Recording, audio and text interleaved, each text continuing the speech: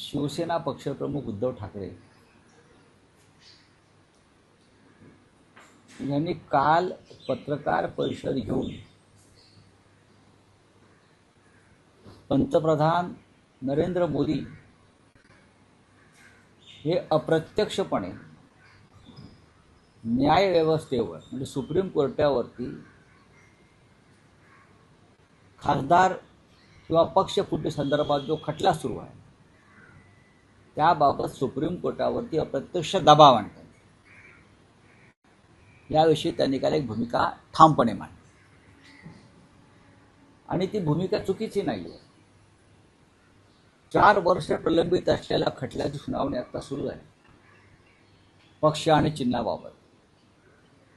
हे जे ठाण्याचे टिपूजीराव आहेत बरं का, त्यांना परस्पर पक्ष दिला निवडणूक आयोगाने. विधिमंडळातले आमदार सोडून गेले म्हणून आता विधिमंडळातला एक पक्ष वेगळा आहे आणि मूळ पक्ष वेगळा. मूळ पक्षाचे प्रमुख हे शिवसेना पक्षप्रमुख उद्धव ठाकरे आहेत आणि तो पक्ष म्हणून पक्षाचे मागे एखादा आयडिया वेगळ्याकडे कशी जाऊ शकते. तरी आमदार फोडले, आता खासदार फोडले आणि फुटलेले खासदार म्हणजे मी तर काल म्हणालो की देशाच्या प्रधानमंत्र्यांच्या निवासस्थानी केटरिंग सर्व्हिस उघडलेली आहे. गद्दाराने यावाने खाऊन जावं. तुम्हाला गद्दारांना जेवणावळी घालायला वेळ आहे. तृणमूलच्या, आम आदमी पार्टीच्या, शिवसेनेच्या.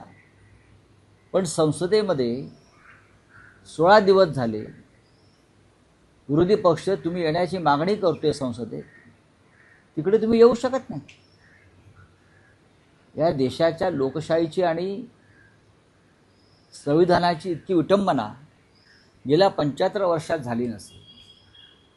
6 खासदारांना तुम्ही बोलवलं, ढोकळा, फाफडा, जिलेबी खायला घातली असं खासदार बाहेरून सांगतात. त्यातल्या एका खासदाराला म्हणे मोदी जिलेबी भरवतो, खाओ खाओ. हे का ह्याला प्रधानमंत्र्याचं काम आहे? तुम्ही गद्दारांना बोलवता ज्यांच्यावर खटला सुरू आहे अपात्रतेचा. तुम्ही न्यायालयाला एक दबाव टाकताय, बघा मी यांच्या पाठीशी आहे. पण संविधान नरेंद्र मोदीपेक्षा मोठं आहे, लक्षात घ्या. या देशाची घटना ही मोदींपेक्षा मोठी आहे आणि सुप्रीम कोर्टसुद्धा मोदींपेक्षा मोठं आहे. आम्हाला खात्री आहे ती निष्पक्ष न्याय देतील. आम्हाला संविधानानुसार न्याय पाहिजे, हे उद्धवजींचं म्हणणं बरोबर आहे. आम्हाला मेहरबानी नको आहे किंवा न्याय विकत नको आहे. हा पहिला विषय. दुसरा विषय तुम्ही काय सांगताय, काय शरद पवारांच्या पक्षाची आपल्याकडे आतली खबर? हो मग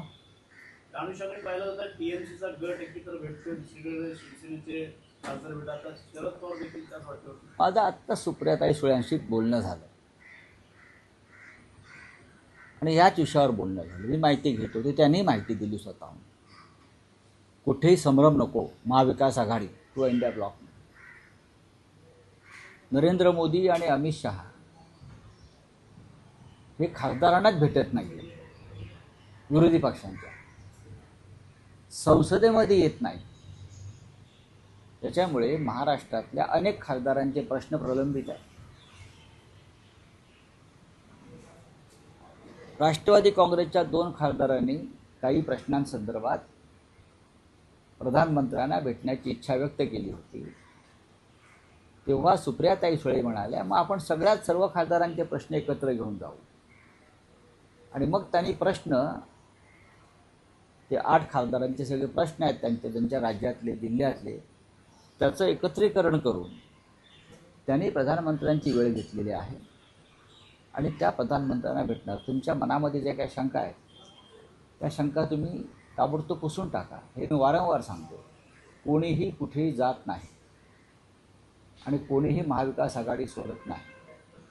आणि शरद पवारांची राष्ट्रवादी ही महाविकास आघाडीचा एक महत्त्वाचा घटक आहे आणि पवारसाहेब आमचे मार्गदर्शक आहेत. नरेंद्र मोदी संसदेत येतच नाही ही देखील खेदाची बाब नाही वाटतं आपल्याला? लाजीरवाणी बाब आहे, खेदाची काय. देशाचे गृहमंत्री आणि देशाचे पंतप्रधान संसदेच्या सभागृहात येत नाही, त्यांनी नेहरूंच्या चारित्र्याची पारायणं केली पाहिजे. ही संसदीय परंपरा कशा जपाव्यात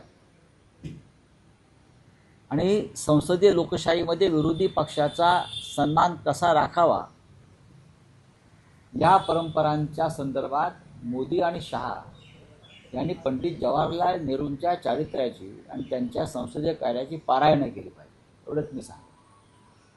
प्रशांत किशोर यांनी खरंतर सुनेत्रा पवार यांची भेट घेतलेली होती. त्याच्यानंतर अमित शहा जे आहेत ते मुंबईत आलेले होते. एअरपोर्टवरती सुद्धा सुनेत्रा पवार जे आहेत त्या रिसिव्ह करण्यासाठी आलेले आहेत. बैठकीला सुद्धा गैरहजर आहेत. म्हणजे महाविकास, मला त्यातलं काय माहीत नाही, तसं काही तुमच्या डोक्यात असेल. बघा, हा मुळात हे सगळे पक्ष जे आहेत, महायुतीमध्ये खडा वगैरे पडला असेल. कसले खडे? हे धोंडे आहेत सगळे. खडे कसले? हे मुळात हे दोन्ही पक्ष जे आहेत, शिंदेंचा पक्ष आणि अजित पवारांचा पक्ष, या पक्षाची मालकी अमित शहाकडे आहे. या पक्षाची स्थापना अमित शहाने केली. त्याच्यामुळे ते आले नाहीत, गेले नाहीत, काय, हे सगळे सूत्रधार अमित शहा आहेत त्या पक्षाने. या पक्षाचा मालकी हक्क शिंदे गटाचा आणि अजित पवार गटांचा, अजूनही तो अजित पवार गट म्हणून ओळखला जातो. हे दोन्ही पक्ष किंवा गट हे अमित शहाने स्थापन केलेले आहेत. पण लवकरच मिंद्यांचा गट हा एकतर भाजपात विलीन होईल किंवा त्यांना दुसऱ्या पक्षात विलीन व्हावं लागेल. कारण सुप्रीम कोर्टामध्ये जो खटला सुरू आहे आणि त्या संदर्भात जे आमचं संविधान सांगत आहे, 10th शेड्यूल, त्यानुसार त्यांना भारतीय जनता पक्षामध्ये विलीन व्हावं लागेल. त्या पक्षाचं अस्तित्व लवकरच संपणार आहे. गटाचं, पक्ष नाही, गटाचं. बोलिये. आता अभि सांगतो ना. आणि दुसरा असं आहे की आता माझ्याकडे आमच्या नाशिकचे प्रमुख लोक आलेत. केशवराव पोरजे आलेत, जे आमचे जे महापालिकेतले शिवसेनेचे गटनेते आहेत बाहेर. योगेश भोर. नाशिकमधले खड्डे जे आहेत, या खड्ड्यांमुळे रोज लोक जखमी होत आहेत. रोज 5-25 लोक जखमी होत आहेत. अजूनही नाशिक हे मुख्यमंत्र्यांचं दत्तक शहर आहे आणि त्यांचे चंपतराय गिरीश महाजन हे आता तिकडे प्रमुख आहेत. पण अजूनही रस्त्याच्या नगरसेवक केशव पोरजे यांच्या नेतृत्वाखाली सभागृहात गेले, हाताला बँडेज, डोक्याला बँडेज बांधून प्रातिनिधिक स्वरूपात, की आता तरी प्रशासनाचं लक्ष जाऊ द्या आणि रस्त्यांचे खड्डे दुरुस्त करायचं काम करा. पण अजूनही सगळे रस्ते ना कसे पूर्ण रस्ते अजूनही काम व्यवस्थित खड्डे भरण्याचं किंवा रस्ते करण्याचं सुरू झालेलं नाही. आणि त्या संदर्भातलं एक मोठं आंदोलन लवकरच शिवसेना नाशिकमध्ये करणार आहे. ते आंदोलन इतकं मोठं असेल की महाराष्ट्रातले खड्डे त्या आंदोलनामुळे भरले जातील.